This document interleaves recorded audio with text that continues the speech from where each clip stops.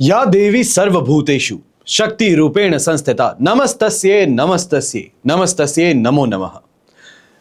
देश विदेश से देख रहे सभी दर्शकों को मेरा प्यार भरा नमस्कार। मैं हूं मोहित कमल श्रीमाली और आप सभी का स्वागत करता हूं कलश स्थापना चैत्र नवरात्रि के इस विशेष एपिसोड में। इस वर्ष चैत्र नवरात्रि का प्रारंभ 19 मार्च गुरुवार से हो रहा है और नवरात्रि में प्रत्येक दिन मां दुर्गा के 9 स्वरूपों की बारी बारी से विधि पूर्वक आराधना की जाती है। अब अष्टमी के दिन कन्या पूजन का विधान है। वहीं चैत्र नवरात्रि की महानवमी को राम नवमी के नाम से भी हम पुकारते हैं। इस दिन भगवान श्री राम का जन्म हुआ था। अब भारतीय शास्त्र अनुसार नवरात्रि पूजन और कलश स्थापना चैत्र शुक्ल प्रतिपदा के दिन सूर्योदय से 1/3 भाग यानी कि 10 घटी बीत जाने के बाद में शुभ मुहूर्त में की जाती है और रात के समय और अमावस्या के दिन घट स्थापना को वर्जित माना जाता है। अगर किसी कारणवश आप इस समय कलश स्थापित नहीं कर पाते हैं तो अभिजीत मुहूर्त में कलश स्थापना की जा सकती है जो दोपहर का समय होता है। अब वैदिक ज्योतिष अनुसार नवरात्रि स्थापना पूजन द्विस्वभाव लग्न में करने शुभ होती है। चाहे मिथुन लग्न कहा जाए, कन्या, धनु या मीन में, ये चारों ही द्विस्वभाव राशियां हैं और इसी लग्न में पूजा करना सबसे ज्यादा शुभ माना जाता है।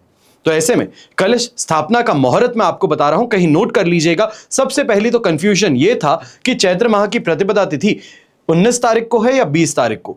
तो आपको यहां पे बता दूं कि 19 तारीख को ही प्रतिपदा तिथि मानी जाएगी। सुबह 6:53 पर प्रतिपदा तिथि आरंभ होगी। साथ ही इसका समापन 20 मार्च 2026 की मध्य रात्रि 4:53 पर होगा। ऐसे में उदय तिथि अनुसार चैत्र माह का आरंभ 19 मार्च गुरुवार के दिन से ही माना जाएगा। मां दुर्गा का वाहन क्या होगा? अब इस बात पर यह निर्भर करता है कि नवरात्रि की शुरुआत किस दिन से होती है। इस साल नवरात्रि यानी कि चैत्र नवरात्रि की शुरुआत 19 मार्च गुरुवार से होगी, इसलिए इस बार मां दुर्गा का वाहन डोली या पालकी होगी। अब माता का डोली या पालकी पर आगमन और प्रस्थान चुनौतियों या परेशानियों का घोतक माना जाता है। यह महामारी का भय होता है। देश में आर्थिक मंदी, प्राकृतिक आपदाएं, बीमारी या महामारी के फैलने पर जन धन की हानि का संकेत देता है। ऐसी मान्यता है कि डोली या पालकी पर आना बहुत शुभ नहीं है और यह सतर्क रहने का संकेत देती है यहां से आने वाले 6 महीनों के लिए। अब कलश स्थापना का मुहूर्त सबसे पहले जो आपको मिलेगा वो सुबह के समय रहेगा 19 तारीख को 6:53 से लेकर 8:17 तक। और वहीं अभिजीत मुहूर्त आपको मिलेगा 19 तारीख को दोपहर के 12:22 से 1:10 तक। यह समय में कलश स्थापित कर लेना अत्यंत शुभ और लाभकारी माना जाएगा। अब यहां पर मैं आपको यह भी बता देता हूं कि नवरात्रि का कैलेंडर क्या है। तो सबसे पहले प्रतिपदा तिथि गुरुवार 19 मार्च को मनाई जाएगी, जहां पर माता शैलपुत्री की पूजा आराधना होगी। द्वितीय तिथि 20 मार्च को मनाई जाएगी, जहां पर ब्रह्मचारिणी की आप पूजा उपासना करेंगे शुक्रवार के दिन पर। शनिवार के दिन 21 मार्च को तृतीय तिथि होगी, जहां माता चंद्रघंटा की आराधना होगी। तो वहीं चतुर्थी तिथि 22 मार्च रविवार के दिन होगी, जिस दिन माता कुष्मांडा की पूजा होगी।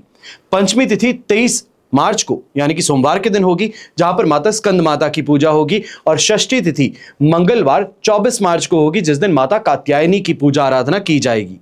सप्तमी तिथि यानी कि माता कालरात्रि की पूजा आराधना का दिन यह बुधवार 25 मार्च के दिन होगा।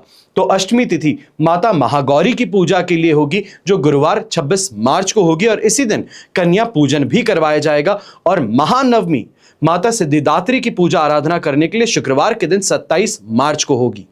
नवरात्रि में जो भी व्रत करते हैं तन और मन से निर्मल रहें, विचारों में शुद्धता रखें और कलश स्थापना से लेकर कन्या पूजन तक आपको फलाहार करते हुए व्रत करना चाहिए।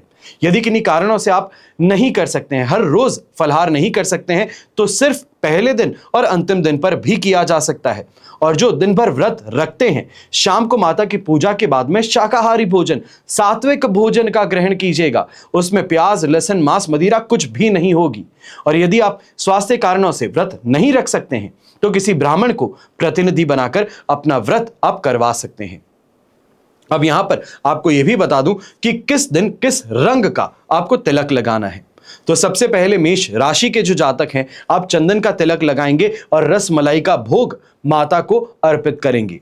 वृषभ राशि के जातक सिंदूर का तिलक लगाकर गुड़ का भोग लगाएंगे।